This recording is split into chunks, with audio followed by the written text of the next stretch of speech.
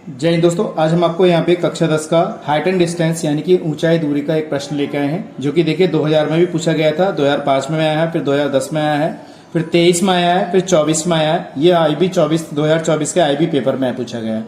तो ऐसे प्रश्न जो है आपके बोर्ड एग्जाम में पूछे जाते हैं, इसको जरा ध्यान से समझिएगा, क्योंकि ऐसे प्रश्न ही आपके लिए बहुत इंपॉर्टेंट और महत्वपूर्ण हो सकते हैं, क्योंकि बोर्ड एग्जाम में ये आपका कम से कम 6 नंबर का प्रश्न आएगा। ठीक है दोस्तों, तो कैसे करते हैं इसको बहुत ध्यान से समझिएगा क्योंकि ऐसे प्रश्न जो है आपको बहुत अच्छे नंबर यहाँ से दिलवा सकते हैं। ठीक है दोस्तों, तो कैसे करते हैं वीडियो पे बने रहिए।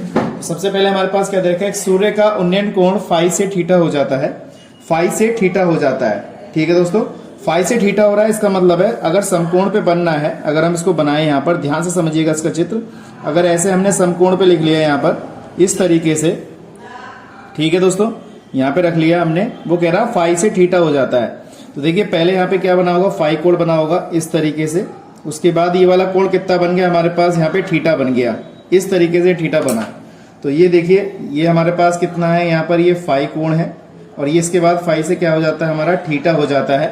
तो क्षैतिज तल में खड़े एक स्तंभ की छाया a मीटर अधिक हो जाती है, यहाँ से ये बढ़ जाती है, ये जो हमारी दूरी है वो a मीटर अधिक है यहाँ पर। ठीक है, तो स्तंभ की ऊंचाई बताइए, यानी कि हमारे इसका जो स्तंभ है इसकी हमें ऊंचाई ज्ञात करनी है। ये चीज हमें नहीं पता है तो इसको हम क्या करेंगे, यहाँ पर x मान लेंगे, यहाँ से यहाँ तक की दूरी। ठीक है, इस तरीके से हमने यहाँ पे चित्र कंप्लीट किया और इसको ले जाके हम इसको सॉल्व करते हैं।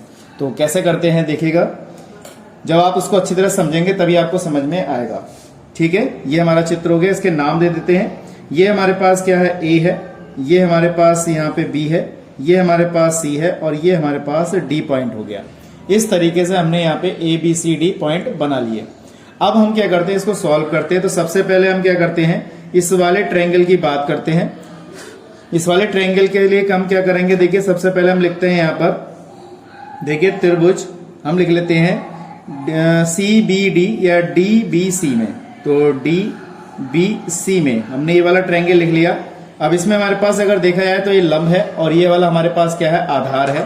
तो यहाँ पे देख लेंगे, यहाँ पर कितना आ जाएगा, यहाँ पे देखिए लंब बटे आधार tan में होता है, तो यहाँ लिखेंगे हम tan फाई बराबर लंब बटे आधार। लंब कितना हो गया हमारे पास, h हो गया, आधार हमारे पास कितना हो गया, x हो गया। इसको हमने क्या किया, समीकरण नंबर 1 मान लिया।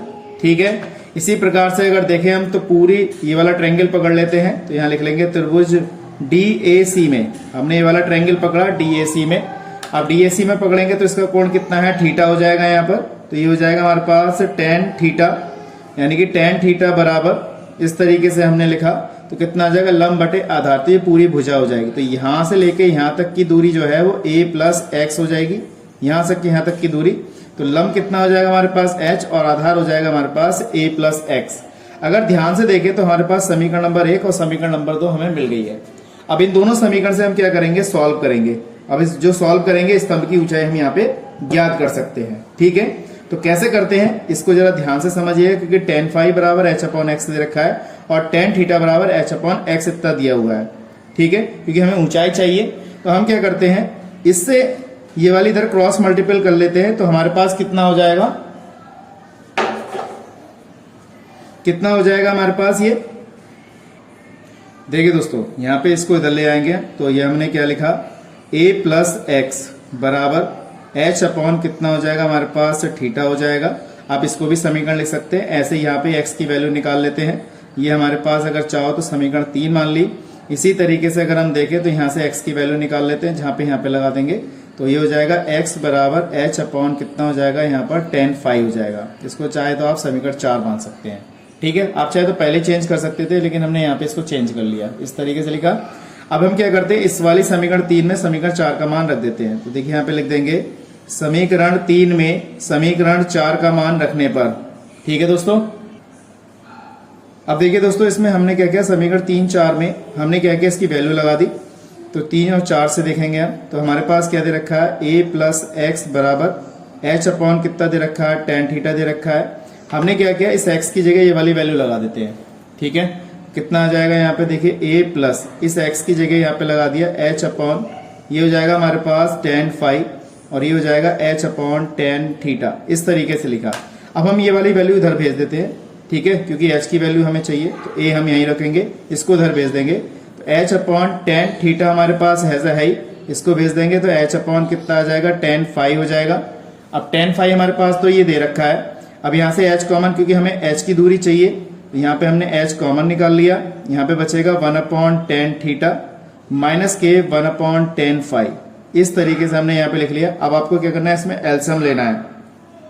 तो एलसीएम ले लेते हैं। यहाँ पे कितना हो जाएगा, यहाँ पे टेन फाई हो जाएगा माइनस के टेन थीटा हो जाएगा अपॉन में ये हो जाएगा tan theta into tan phi. इस तरीके से हमने लिखा। अब क्रॉस मल्टीपल कर लीजिए, इसको इधर भेज दीजिए तो a इंटू ये हो जाएगा tan theta into tan phi, और ये वाला बटे में भेज दीजिए। ये हो जाएगा हमारे पास कितना, टेन फाई माइनस का टेन थीटा बराबर कितना हो जाएगा, h हो जाएगा। तो यही हमारे पास था, स्तंभ की ऊंचाई ज्ञात करनी थी, और यही समझ में आ गया होगा आपको अच्छी तरीके से। तो हमने यहाँ पे बहुत ही सुंदर तरीके से सवाल को स्टेप बाय स्टेप किया है। मैं समझता हूँ आपको अच्छी तरह समझ में आया होगा। इस टाइप के सवाल जो है आपके बोर्ड एग्जाम के लिए बहुत इंपॉर्टेंट हो सकते हैं, क्योंकि ऐसे सवाल ही आपके बोर्ड परीक्षा में पूछे जाते हैं। ठीक है दोस्तों, तो आज के लिए इतना ही। नेक्स्ट वीडियो मिलते हैं ऐसे इंटरेस्टिंग क्वेश्चनों के साथ। जय हिंद, जय भारत।